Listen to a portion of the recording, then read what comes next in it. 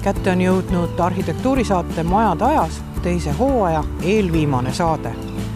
Oleme Kopli poolsaarel ja arhitektuuriajaloolane Oliver Orro räägib meile, mis oli siin ennem ja natuke viitab ka sellele, mis siin praegu toimub.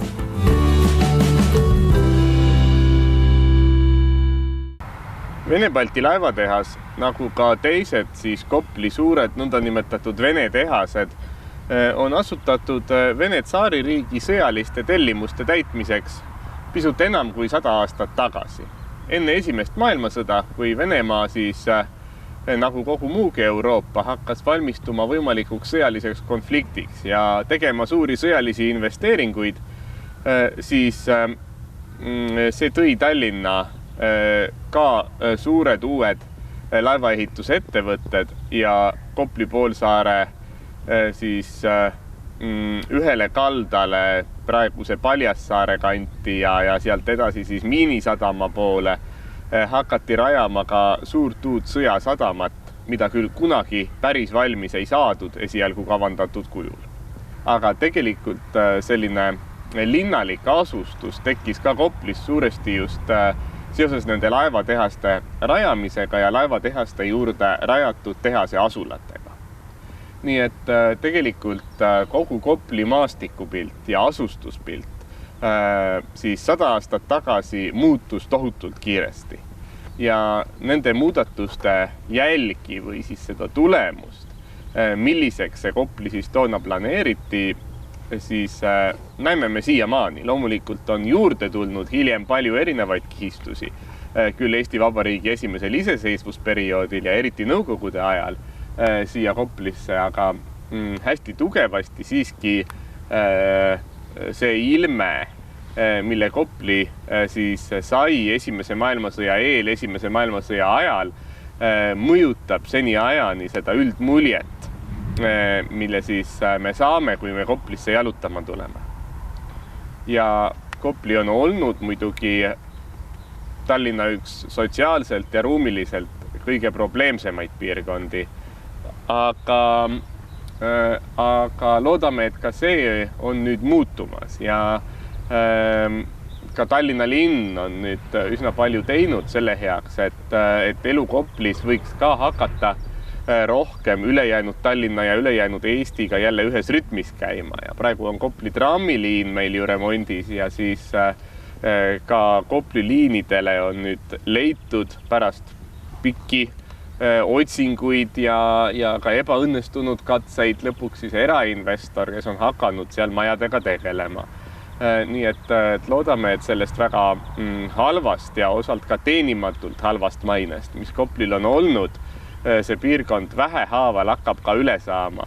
Kopli on olnud keeruline läbi 20. sajandi ja see, kuidas siis selle tsaariaja pärandiga, nende tsaariajast jäänud hiiglaslike ja tegelikult impeeriumi vajadustele mõeldud laevatehastega ja tehase asulatega toime tulla, see on olnud ikkagi tõsiseks väljakutseks Tallinna linnale ja Eesti riigile ka enne teist maailmasõda 1920-ndatel, 30-ndatel ja ka siis tegelikult avalik võim, Tallinna linn ja Eesti riik siis 30-ndatel, kui laevatehased olid ka 20-ndatel aastatel lõpuks pankrotiga lõpetanud, sest neid impeeriumi sõjaliste vajaduste tarbeks loodud hiigelettevõtteid ikkagi rahuaja tingimustes ja selles väikeses Eesti Vabariigis ei suudetud sellisena elus hoida. Et siis ka avalik võim pidi haarama juhtohjad ja siis Eesti riik ise läbi aktsiaseltsi Kopli kinnisvarad 30-ndatel pidi hakkama Koplit korrastama. Kui nendesse majadesse, mis tsaariajal olid ehitatud töölistele ja kus olid väga väikesed korterid, sellise vähenõudlikuma elanike kontingendi leidmine, kes siis tahtsidki odavaid kortereid üürida, ei olnud väga raske, neid ikka leidus, siis just nendesse suurtesse ja esinduslikesse korteritesse, mis olid algselt siis tsaariajal mõeldud tehase juhtkonnale ja inseneridele. Et siis seal oli keerulisem, keda sinna panna, sest ega siis niisugused jõukamad kodanlikust seisusest inimesed, arstid, advokaadid ja muud ei olnud väga innukad Koplisse kolima ja see asi lahenes siis tegelikult selle kaudu, et tehase peahoonesse paigutati 1930-ndatel Tallinna Tehnikum, millest siis kasvas välja Tallinna Tehnikaülikool ja siis endistesse tehase juhtkonna ja ametnike ning inseneride elamutesse pandi elama Tehnikaülikooli professorid ja professori korteriteks sobisid need endised suured 4-5 toalised inseneride ja ametnike korterid väga hästi, ka üsna esinduslike sisekujundustega korterid, sest meile tsaari ajal Peterburist ja mujalt kutsutud laevaehitusspetsialistidele tuli pakkuda ka ju väärilisi elutingimusi ja siis seal on kõik uhke jugendlik stukkdekoor lagedel ja vägevad ahjud ja parketid ja muu. Ja kuna siis ka Kopli kinnisvarad ei küsinud siis väga kõrget üüri, siis õppejõududele olid need just sobivad korterid, kus oli siis piisavalt ruumi professori raamatukogu tarbeks, aga samas üür ei olnud väga kõrge ja sai elada oma töökoha lähedal, sest ega toona ka ju õppejõudude palgad teab, mis suured ei olnud. Aga kui me võtame nüüd selle Balti-Vene laevatehase algust ehk et päris tehase algusaegadesse, milline järjekord oli, mida ehitati? Kui tehast ehitama hakati, siis esialgne planeering oli üsna lihtne. Peahoone ja tootmisala oli enam-vähem paigas.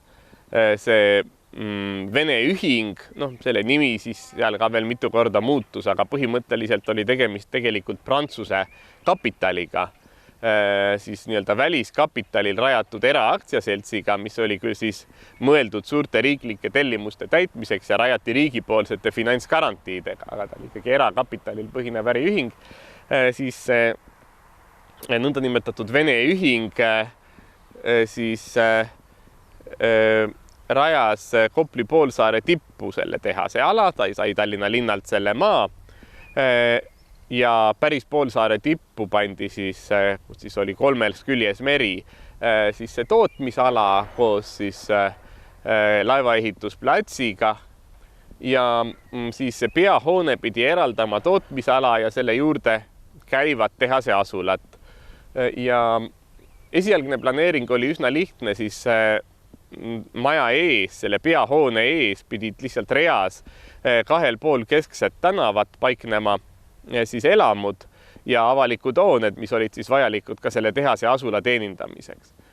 Aga kui siis kutsuti Peterburist seda asulat projekteerima kuulus arhitekt Aleksandr Dmitrijev, kes oli varem juba ka Peterburis tegelenud tööstushoonetega, kes oli üldse Venemaal üks esimesi arhitekte, keda tõsiselt huvitas selline tööstusalade, tööstusasulate kunstiline läbiprojekteerimine, tööstus kui kunstiteos. Niisugune modernismi ajastu oluline teema. Siis tema muidugi ka selle tehase asula kavandas palju peenemalt ja huvitavamalt ja loobus sellest esialgu mõeldud väga lihtsast teljelisest lahendusest. Seda enam, et elamuid, nagu selgus, siis tehase asulasse tuli kavandada esialgu planeeritust rohkem. Ja tema lahendas siis asja nii, et ühele poole ka aedlinlikus miljöös ümber pargi pandi siis tehase juhtkonnamajad ja tegelikult tehasele kõige lähemale ka direktori maja. Nii et seal siis nagu alati jääb see tunne, et direktor nagu oma kodust võib ka kõike tootmisterritooriumil toimuvat alati jälgida. Niisugune jälgimisühiskonna motiiv, mida siis hiljem on ka teoreetikud hästi palju analüüsinud laiemalt niimoodi 20. sajandi linnaehituses ja planeerimises, siis sellised just nimelt niisugused jälgimismotiivid, kus võim nagu alati jälgib siin. Seda sama võib öelda tegelikult selle peahoone kohta, mis mõjub ka niimoodi raekojalikult ja kuidagi rõhutab just seda, niisugust, see tehase juhtkond on ikkagi oluline ja ta on välja mängitud sellise kogu poolsaare peamise aktsendina. domineerib ka sümboolselt kogu selle poolsaare üle, see tehase peahoone või juhtkonna hoone. Ja siis teisele poole, kus siis maapind laskub terrassidena mere poole, sinna siis Dmitrijev kujundas tehase töölisasula. See on siis see ala, mida hiljem on tuntud Kopli liinide nime all. Ja iseenesest see elu hõlmatavus siin on päris hämmastav ja omal moel võluv, aga mingis mõttes ka hirmuäratav, kuidas see tehase juhtkonna pool ja need tööliselamud, kus siis elutingimused olid väga erinevad ja tööliste elutingimused olid ikkagi äärmiselt askeetlikud ja sealsed korterid väga napi põrandapinnaga, kuidas need on teineteisele nii lähedal ja kuidagi nii iseenesest mõistetavalt paigutatud teineteise kõrvale, nagu selline hierarhiline ühiskond peaks igaveseks nii jääma. Ja teisalt see, kuidas siis ka kõik eluks vajalikud avalikud funktsioonid olid siin lahendatud. Siin oli oma kino, oli siis selline hoone, mis oli ühtaegu söökla, aga ka õigeusu kirik. Oli politseijaoskond, oli haigla. Nii et inimese eluring võis kulgeda praktiliselt sünnist surmani siit asulast väljumata, et see ühelt poolt näitab seda läbi planeeritust, aga teisalt ka nagu kuidagi viitab sellele, kuidas sellel tehase töölisel nagu puudus ka võimalus sellest ringist väljuda või sellest staatusest kuidagi väljuda, et ta oligi justkui igaveseks seotud selle sama oma töökoha ja sellest töökohast vahetult sõltuva teenindussfääri külge ja tegelikult mingis mõttes see tehase asula ja asula planeering illustreerib väga hästi ka seda sotsiaalset situatsiooni Venemaal, mis selgitab seda, miks puhkes 1917 revolutsioon. See, kuidas need tuhanded ja tuhanded tehase töölised siis tõesti toona eksisteerinud tööstusproletariaat eraldi niisuguse klassina või nähtusena ühiskonnas ei olnud ka enam nõus niimoodi elama ja tundsid, et nad tahavad oma elus midagi muuta ja see oli muidugi siis väga hea pinnas bolševike väga osavale propagandategevusele. Nii et ajastule omased mentaalsed ja sotsiaalsed protsessid kajastuvad väga hästi tegelikult siin selles ruumilises situatsioonis. See, kuidas tegelikult selle asula planeeringu kaudu ja siis ka tegelikult teatud arhitektuursete võtete kaudu on püütud siduda tervikuks nii see tööliste pool kui inseneride ja ametnike elamud ja luua ikkagi mingil moel selline sidus kogukond, mis paratamatult aga osutus utoopiliseks ja kunagi sellisena päriselt tööle ei hakanud. Ja muidugi teine asi, kui vaadata nende hoonete mastaapi, seda, kui palju maju on tehase asulas ja kas või seda sama peahoonet või neid tootmishooneid, mis on nii pööraselt suured, siis see näitab ka ju nende sõjaliste investeeringute mahtu. See kõik ehitati mõne aastaga üles. Juba kui palju tehase ehitamisele ehitustöölisi tuli Venemaalt tuua. See oli tohutu hulk, sest ega koha pealt ei olnud tööjõudu nii palju võtta. Ja muidugi need rahad, mis siia pandi, see oli ikkagi pöörane. Ja edasi siis muidugi need investeeringud, mis tehti laevade ehitusse, kui tehas tööle hakkas, ta jõuti ka ju esimese maailmasõja ajal täie jõuga juba tööle panna. Mõned laevad saadi ka valmis ja on toodud selline paralleel, et samal ajal ehitati Estonia teatrimaja ja näiteks ühe sellise sõjalaeva ehitamine siin võis maksta 4-kordse Estonia teatrimaja hinna. Nii et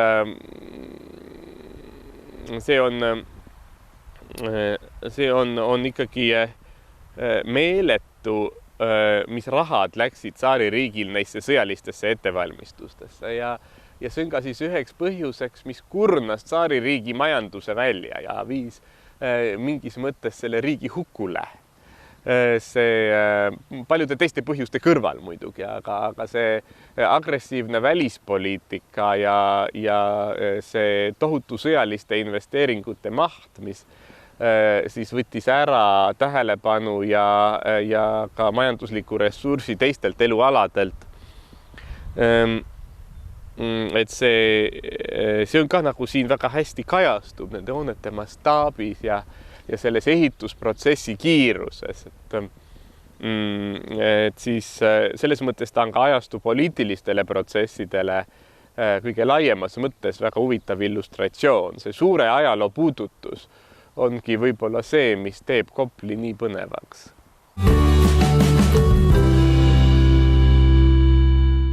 Kui nüüd on Kopli sonaat Eesti Arhitektuurimuuseumis vaadatud ja huvi on tekkinud, mis garanteerin tekib huvi, siis kui tulla nüüd siia Kopli poolsaarele, millised on need kohad ja need asjad, millele peaks tähelepanu pöörama?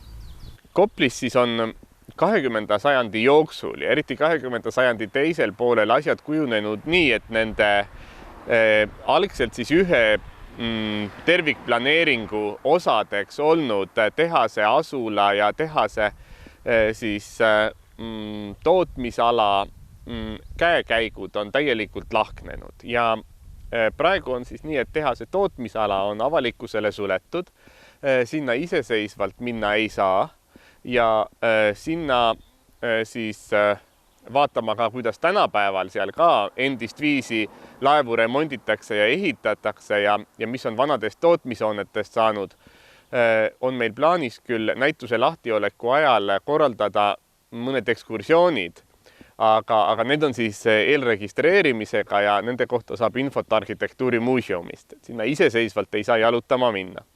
Tehase peahoones, kus siis nõukogude ajal oli ka veel Tehnikaülikool, algul see oli Tehnikaülikooli peahoone, hiljem kui peahoone kolis Mustamäele uude kompleksi, siis sai sellest siis Tehnikaülikooli majandusteaduskonna hoone, toonane siis Tallinna Polütehnilise Instituudi majandusteaduskond, hiljem Tehnikaülikooli majandusteaduskond. Ja siis seal nüüd on Mereakadeemia, mis siis väga hästi jätkab seda kõrghariduse andmise traditsiooni siin Koplis ja väga hästi seob ka selle ala siis merendusega, mis on siin ju niisugune põline traditsioon. Nüüd nendes majades, kus on siis olnud kunagi juhtkonna korterid ja kus hiljem olid siis need Tehnikaülikooli professorite korterid. Seal said 90ndatel aastatel inimesed oma korterid erastada ja praegu selles piirkonnas tegutseb ka aktiivne professorite külaselts ja inimesed on asunud oma elukeskkonda korrastama. Ja see protsess on olnud võib-olla ka natuke aeglane, sest paljudes majades on seal siiamaani säilinud üsna suured korterid ja see tähendab seda, et majas võib-olla ongi näiteks 3 või 4 või 5 korterit ainult ja ega siis 4 perega sellise suure maja korda tegemine ei ole nii väga kerge. Inimestel ei ole lihtsalt alati selliseid finantsvõimalusi. Nii et inimesed on vahetanud katuseid ja torusid ja juhtmeid ja võib-olla fassaadideni ei ole veel jõudnud. Aga üldiselt on näha, kuidas siin ka elu areneb ja inimesed hoolivad oma elukeskkonnast. Ja iseenesest see selline aedlinlik linnaosa siin on väga tore. Mis küll on see, et algselt kõige esinduslikumate majade krundid, nagu näiteks direktori elamu, mis praegu on ka ju kortermajana kasutusel ja siis ka asedirektorite maja ja teised siis juhtivate inseneride majad, nende krundid ulatusid mereni. Praegu on need merest ära lõigatud. Nõukogude ajal rajati sinna siis selline sõjaväestatud ala, seal oli üks piirivalve väeosa, piirivalve sadam ja siis tegelikult siia siis juurde ehitati veel ka üks selline stalinistlik piirivalve ohvitseride maja, mis ei kuulu mitte tehase asula algkavatisse, vaid on hiljem lisandunud. Ja siis see piirivalve sadam seal ka praegu jätkab, muidugi nüüd tegutseb seal Eesti Vabariigi Politsei- ja Piirivalveamet ja neil on seda ka edaspidi vaja. Nii et need krundid enam mereni ei ulatu ja seda algset situatsiooni ei ole ilmselt mitte kunagi võimalik taastada. Nüüd teisel pool siis, kus on ajalooliselt olnud tööliste elamuala Kopli liinidel, mida liinideks hakati kutsuma alles 1950. aastatel. siis liinidel ei lubatud inimestel kortereid erastada. Seal elas igasugust segast seltskonda, majad olid ka väga nukras seisus, tehnilises mõttes tihti ja arvati, et seda Koplis kujunenud sotsiaalset probleemi ei õnnestugi lahendada, kui kõik need inimesed seal saavad korterid erastada ja neil puuduvad ka võimalused nende majade korda tegemiseks. Ja arvati, et on kõige otstarbekam viia need inimesed sealt ära ja siis leida sinna erainvestor. See protsess venis ja venis. Praktiliselt selle ajaga, kui linn seda aina otsis ja otsis, kord aktiivsemalt, kord ka see protsess vaibus, siis jõudis see ajalooline linnaehituslik struktuur seal peaaegu hävida. Ja eks neist siis suurtest tulekahjudest Kopli liinidel, kus siis on ka olnud see probleem, et kodutud lähevad majadesse sisse ja teevad põrandatele lõkkeid ja nii edasi. Nii et praegu on tekkinud siis hästi suur kontrast selle professorite küla ja tehase tootmisala peahoone käekäigu ja endise töölisasula käekäigu vahel. Et vaatamata sellele, et ka taasiseseisvunud Eestis siis on päris hästi läinud PLRT grupil laevaehitusettevõttena ja et siis inimesed siin professorite külas on teinud väga suuri pingutusi oma elukeskkonna korrastamisel. See ei ole üldse mõjutanud kuidagi seda, mis toimub Kopli liinidel. Et need nii-öelda saatuse lood on täielikult lahknenud nüüd siis 90ndatel aastatel ja 21. sajandi algul. Aga isegi praeguses olukorras see kunagine terviklik planeering on mingisugusel kujul loetav ja Kopli tundub seisvat suurte muutuste lävel ja loodame, et see keskkond, mis siin siis nüüd kujunema hakkab, mis siia tuleb, on selle vääriline, mis selles kohas olla võiks, mis siin kunagi olnud on. Et igal juhul on siin ääretult huvitav ka praegu jalutada ja vaadata just seda transformatsiooniprotsessi, mis siin praegu ka aset leiab ja neid erinevaid arengustsenaariume.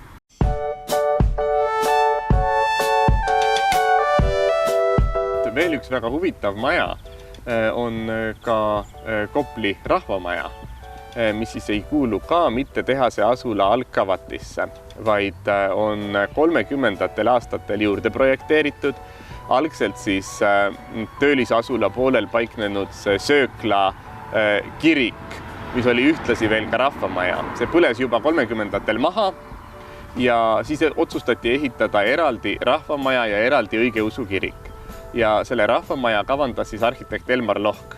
Ja lisaks rahvamaja funktsioonile siis sinna poole ehituse pealt otsustati teha ka veel 3. korrus, kuhu pidid tulema siis Tehnikaülikooli üliõpilasorganisatsioonide ruumid. Ja nagu öeldud on seletuskirjas, pidi see siis aitama kuidagi lähendada tööliskonda ja tudengeid, mis oli mitte ainult stalinistlikus ühiskonnas hiljem, vaid selgub, et ka 30ndate sellises pätsiaegses Eestis oluline teema. Ja see on päris huvitav, kuidas iseenesest on muidu tegemist sellise Elmar Lohu käekirjale omase modernistliku hoonega 30ndatest. Aga ilmselt siis selleks, et ka töölised oskaksid seda mõtestada väärikana ja väärtuslikuna, on sellele muidu modernistlikule hoonele lisatud sellist traditsioonilist skulpturaalset dekoori. Näiteks pea sissekäigu ümber siis sellised erinevaid tööalasid kujutavad reljeefid ja samuti üks naisfiguur skulptor Rudolf Saaring Sõrmuselt, mis on praegu küll kaunis kehvas seisus. Ja Konstantin Päts isiklikult käis kohal nii nurgakivi panekul kui rahvamaja avamisel. Ja siis ütleme, see oli ka toona suuresti riiklikult finantseeritud ehitis, mis pidi ka näitama, kuidas siis võim tööliste vajaduste eest hoolitseb. Et eks seda Koplit nähti ka toona mingis mõttes natukene sellise problemaatilisena ja Eesti riik pidas siis vajalikuks teha selliseid teatud mõttes enesekehtestamise žeste siin Koplis ka siis läbi ruumiliste vahendite. Väga huvitav on ka siis see õigeusu kirik, mis siis 30ndatel ehitati, mille kavandas siis ka arhitekt Vladovski, kes oli ise ka vene emigrant. kes oli siis revolutsiooni ajal Eestisse põgenenud, kes ka ise elas Koplis kõrval asuvas Pekkeri asulas. Ja see on siis läbi kõigi aegade säilitanud oma algse funktsiooni, seal tegutseb ka praegu õigeusu kogudus. Kui see vana kirik Söökla ära põles, siis tulekahju õnneks ei olnud väga kiire, nii et koguduse liikmed jõudsid veel osa ikoone ja siis kiriku vara põlevast hoonest välja kanda, nii et osa ikoone on üle toodud vanast tehase asula algsesse planeeringusse kavandatud siis kirikust. Nii et see kirik on ka hästi kuidagi selline intiimne ja armas oma ruumimõjult nii seest kui väljast ja seal on ka praegu üsna aktiivne kogudus.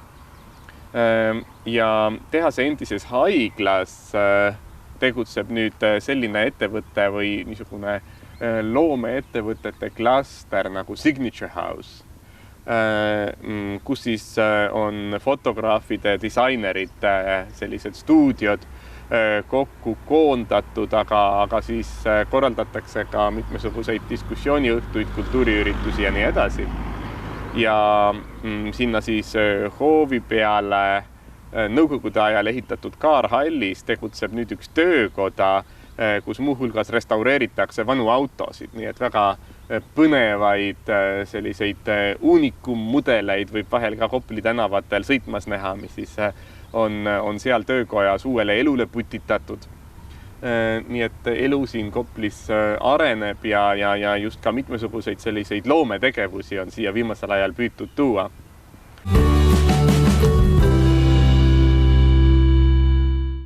Nüüd oleme jõudnud saate selle osani, kus eelmise saate küsimusele õigesti vastanute vahel lähevad loosi trükised, täiesti asjakohased. Eelmises saates tahtsime teada meie arhitektuurikooli justkui eeskuju ehk Soome huvikooli ARKi loomisaega ehk kui kaua on ARKi tegutsenud. Õige vastus oli alates aastast 1993. Nüüd loosime välja, kes saab raamatud. Nii. Ja siin on selline nimi. Marika Marga. Palju õnne, Marika Marga. Palju õnne. Aga sellest veel ei ole saade lõppenud, vaid ka selles saates on küsimus. Ja nüüd tuleb üks pikk korralik küsimus. Täna me oleme siin Vene-Balti laevatehase juures ja tehase asulas ja selle tehase ajaloo teeb väga põnevaks see, et ta on seotud ka igasuguste väga koloriidsete persoonide. Aga 1917. Sellel kummalisel pöördelisel aastal, kui mõneks ajaks ka Tallinnas haarasid võimu siis bolševikud, siis 1917. Aastal siis ka siin tehases siis enamlased tehase senise juhtkonna asemel, keda nad ei usaldanud ja kes osalt ka põgenes Tallinnast, panid ametisse oma siis esindaja või komissari seda tehast ja ka tehase Venemaale evakueerimist juhtima. Ja see oli selline mees nagu Ksaveri Tšernitski. Nüüd hiljem siis Tšernitski muutis oma maailmavaadet või hakkas kahtlema selles, kas bolševistlik maailmavaade ja bolševistlik valitsus, keda ta oli teeninud, ikkagi on õige või õigel teel. Ja 1920-ndatel, 30-ndatel hoopiski ta ei olnud enam Nõukogude valitsuse teenistuses, vaid pidas ühte hoopis muud ametit. Ja küsikski siis, et kes see Ksaveri Tšernitski, kes mõned aastad oli olnud siin Nõukogude valitsuse esindaja, kes ta 1920-ndatel, 30-ndatel aastatel oli ja milliseks tema edasine saatus kujunes? Küsimus oli pikk, ääretult põhjalik, aga ma olen kindel, et meie saate vaatajad leiavad selle õige vastuse. ja kui te olete selle leidnud, siis 1,5 nädala jooksul saatke vastus ära meiliaadressil majadajas@tallinnatv.eu ja selle saate õigesti vastaja saab endale näituse kataloogi Kopli sonaat ja kui see kataloog ilmub, võtan ma ka võitjaga ühendust eraldi. Ja sellega on meie Majadajas saate teine hooaeg eelviimase saate lõppu jõudnud. Ilusat nädalavahetust teile ja kohtume veel ühe korra.